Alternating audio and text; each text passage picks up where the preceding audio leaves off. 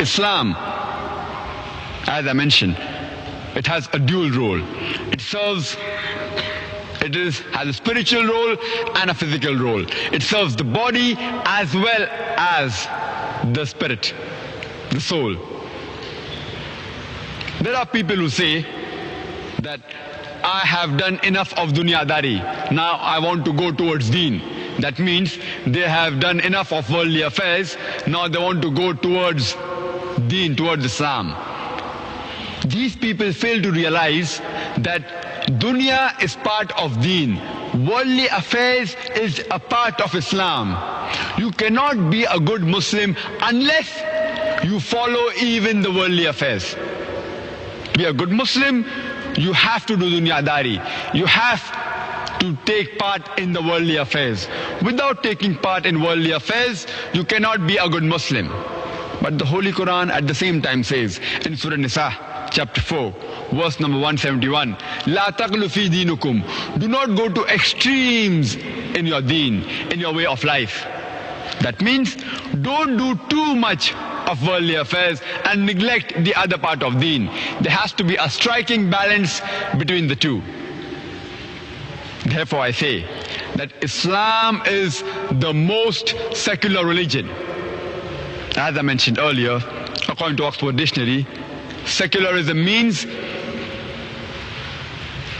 something which is not monastic. And Islam prohibits monasticism. Secularism means something concerned with the affairs of this world. And Islam says that if you want to be a good Muslim, you should be concerned with the worldly affairs. So in this sense, Islam is the most secular religion. There are people who have different definitions of secularism. When I say Islam is secular, it means that we should live in harmony with the people. Living in harmony does not mean that you have to be a hypocrite. There are some people who say that even Ram is God and even Rahman is Allah. Even Ram is Allah, even Rahman is Allah. Especially the politician.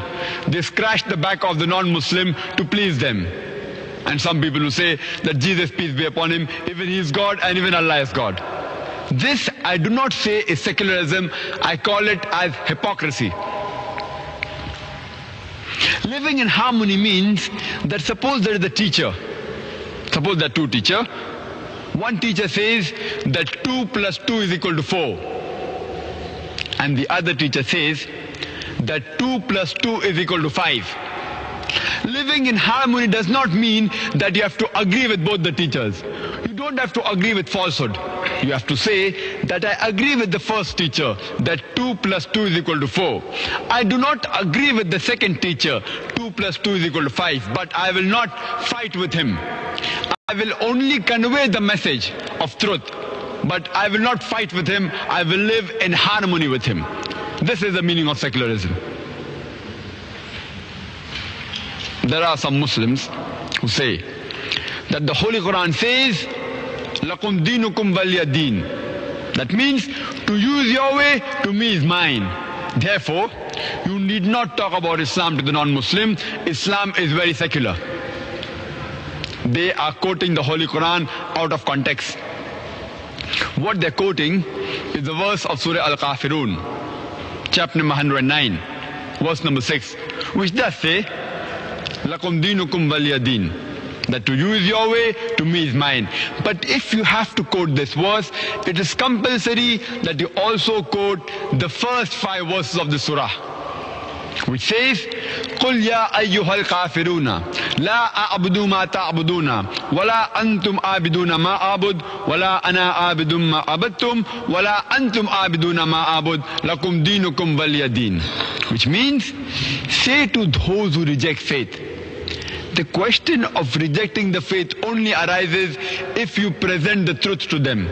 So only after you present the truth of Islam to them does the question of rejection arise.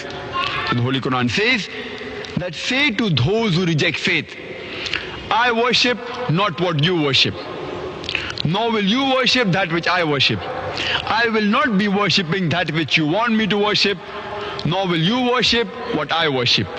To you is your way, and to me is mine. Only after you proclaim the first 5 verses do you have the right to say the 6th verse of Surah Al-Kafirun.